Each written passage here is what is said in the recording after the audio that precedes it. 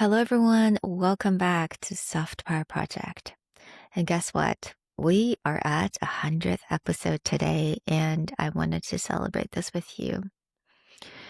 I wanted to celebrate not the numbers, not the follower count or the achievement, but I wanted to celebrate the fact that we've made it through. We've made it. We put one foot forward and we survive even when time is hard. And just getting through the day, we did it.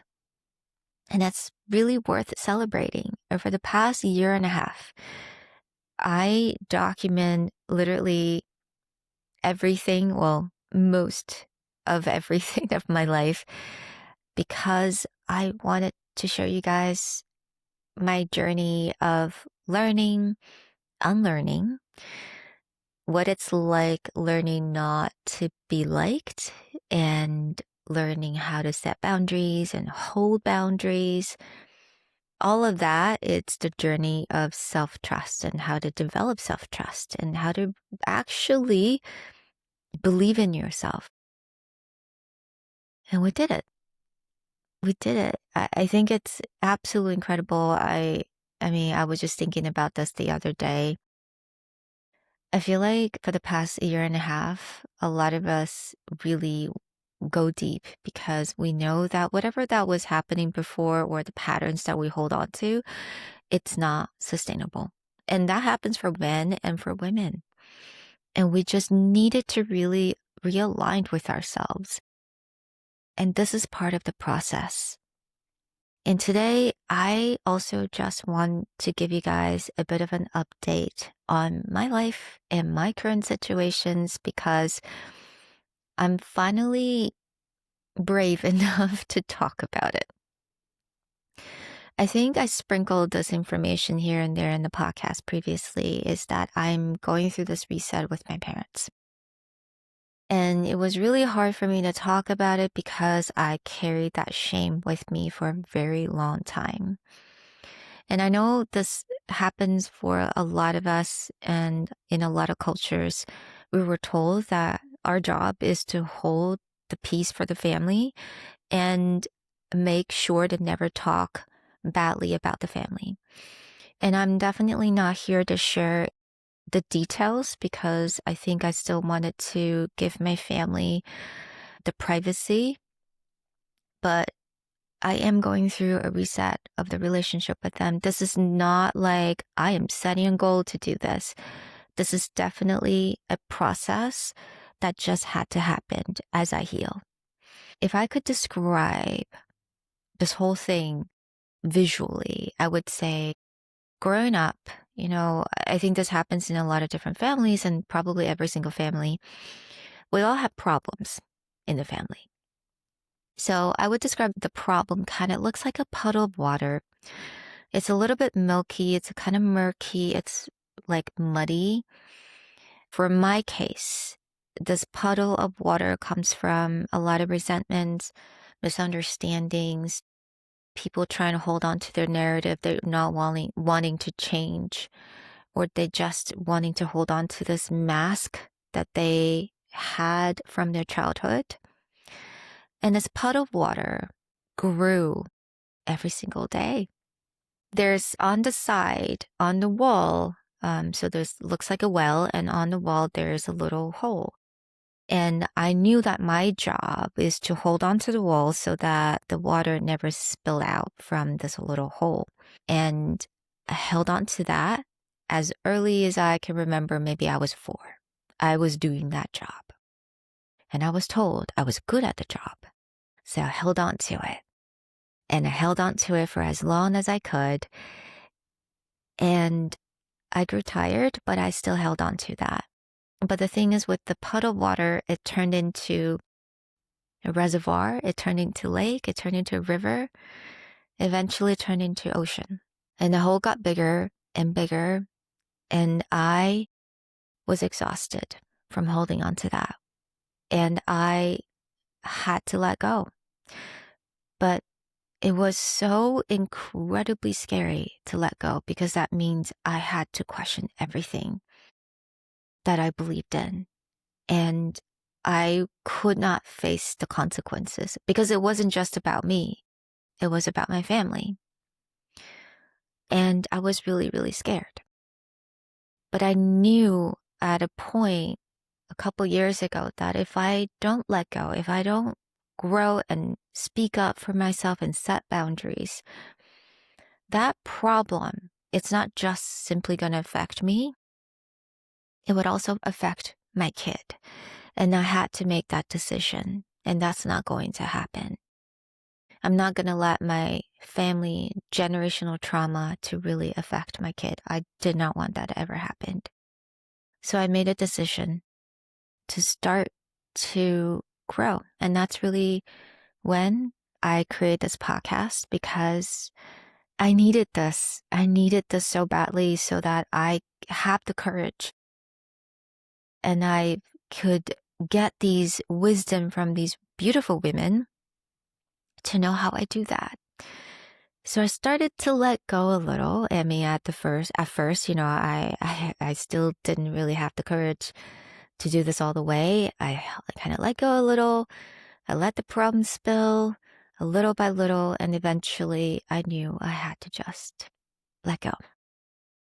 The story did not end there, obviously. When you let go, the water, this puddle of water with the ocean, it's going to spill. It's going to be everywhere. And it's going to be really overwhelming and really ugly. And that was what I am navigating for the past few months, I would say. And thankfully, I'm so grateful for this. I do have really supportive friends and people around me to help me to navigate through this process. And this entire process feels like a lot of self-doubt, a lot of shame. Oh, a lot.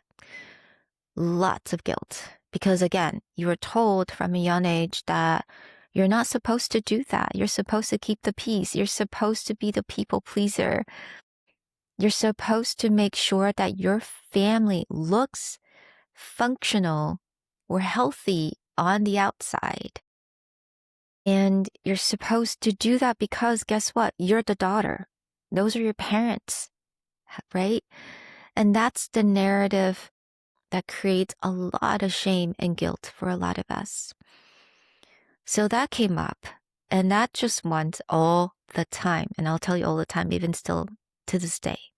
And when you have a lot of shame, a lot of guilt, it's really hard to talk about it with people. But I started to talk about it with the people I trust. But still, it comes in many different layers. And depending on how you're being triggered, it still come out. And there are even times where I question my belief system as a whole because, growing up, you were taught to believe. It could be religious belief, spiritual belief, or any kind of belief. But now that my core or my family is going through all of this, you kind of start looking at things differently and be like, did I actually believe that? Was that even true? And for me, was my religion. Now, I grew up, I would say I've always said that I am Buddhist because I love the idea of reincarnation, karma. That made sense to me. But I always just kind of follow what I had to follow. I follow my mom. She's a Buddhist through and through, and she told me that I needed to follow whatever she was doing because there's really no reason for that, just because. And just read it, just memorize it. It's good for you. Just do it. So I've always done that. And when I'm going through this process, I started to question that. I even started to question if I am a good daughter, if I'm a good person, because being a good daughter means that I am a good person. That was a belief system that I had. And when you're starting to stand up for yourself, does that mean I'm a bad person ultimately? So I really had to go in and do a lot of thinking and reflection and look at my religion from my lens for the first time. And that was really interesting. I actually learned so much about the sutras or the scriptures that I memorized as a little girl for the first time. And I actually understood, oh my goodness, like this actually made more sense to me now than ever. So I had to do a lot of really deep, like digging in what I used to believe in. Do I still believe now? And let me do some research. Let me be curious about that. Let me talk a little bit about what I am actually doing for myself to kind of help me to navigate through this process. And I mentioned this before. Having supportive people around you and not be scared to talk to them about what you're going through, I think is really crucial. And I don't have a lot of those. I mean, I have a couple, and that's enough. It's more than enough. And number two is to learn how to listen to your heart. And there's one quote that I remember hearing. The longest journey that you'll take is from your head to your heart. And during this process, you're going to be in your head a lot. And I woke up multiple times in the middle of the night, just filled with shame and guilt and horrible thoughts. And I always had to remind myself to just listen to my heart. And when you tap into your heart, you will actually start to hear that. Just be kind. Be good to yourself. And maybe every single day would seem really hard. And sometimes I had really dark thoughts. But knowing that I have a daughter, I need to get through the day. I need to do my best. So tap into my heart and hear that just do something good for you, something small. Get a cup of coffee, get up and move, go and walk. Maybe doing strength training would be really difficult and just walk or just do a little yoga, maybe for 3 minutes. And just doing these little things and maybe cook something for yourself. Eat something that makes you feel good. And that's it. Just listen to your heart. And that's what I did. And truly understand this one thing. Really dig into all these definition that you had before. What makes you a good person? What makes you a good daughter? What makes you a good wife, a good partner, a good friend? Whatever you're going through, be so curious about these definitions that you set before and start to look at it from a fresh pair of eyes because you deserve that. You deserve that process. And talk to people that you trust about it. Because guess what? I am 100% sure they're going to give you some fresh perspective. And know that all these thoughts that's going into our head right now, and probably a lot of negative thoughts inherently are neither good or bad. So they are bad or they're difficult because they're coming from the attachment that we had and the fear. So be so curious about just like, okay, this is a piece of information that I have, but what does it actually mean? Is it true? Just start to question that. And one last thing I want you to know, and this is especially important when you're navigating these kind of relationship or relationship reset with people who just simply cannot change. You know, I think it's because some people, they wanted to hold on to their narrative so hard that for them to change, it actually scares them so badly because they will actually ultimately have to question themselves. And they much rather holding on to that narrative. So just understand these couple things that you can do for yourself. And even if it's just a belief system, and really practice that religiously. And that's it. That's kind of the bit of an update that I have with my life right now. I'm still just trying to do what's best for me every single day, what's best for my daughter every single day. And I am pushing through. I'm surviving. I am getting through my day. And I know that there are a lot of people who are navigating this difficult family situations, having a lot of shame, really finding it really difficult to talk about it. I get it. And I just want you to know you're not alone. You're not alone. And you're a great person. And know that as long as you're doing this with compassion for yourself, let's not forget compassion for yourself, compassion for others, and know what's the reality, what is true. And that is the update of my life.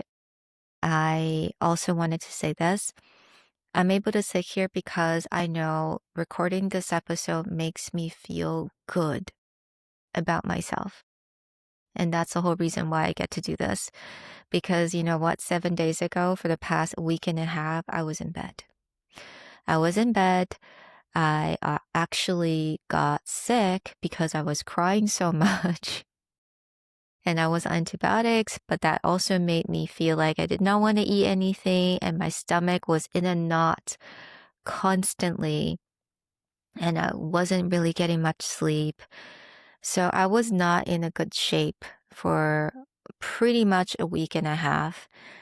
And now I can finally sit here and talk about this and talk about my truth with you guys because I know this makes me feel good. And I know this will somehow make someone feel less alone, less ashamed, less guilty about what they're going through.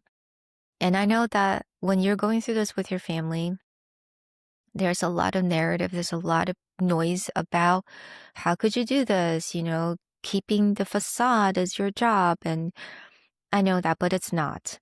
It truly is not. And when you're growing, when you're becoming the real version, the authentic version of yourself, you know what? A lot of times we have to do this. We have to just re-examine what family means to you. What is the definition of good family? What do you actually want it to feel?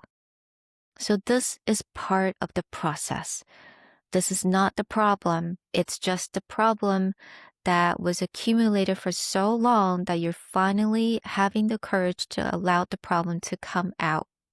And in this process, you're just going to have to be so good to yourself, and you are not a bad person.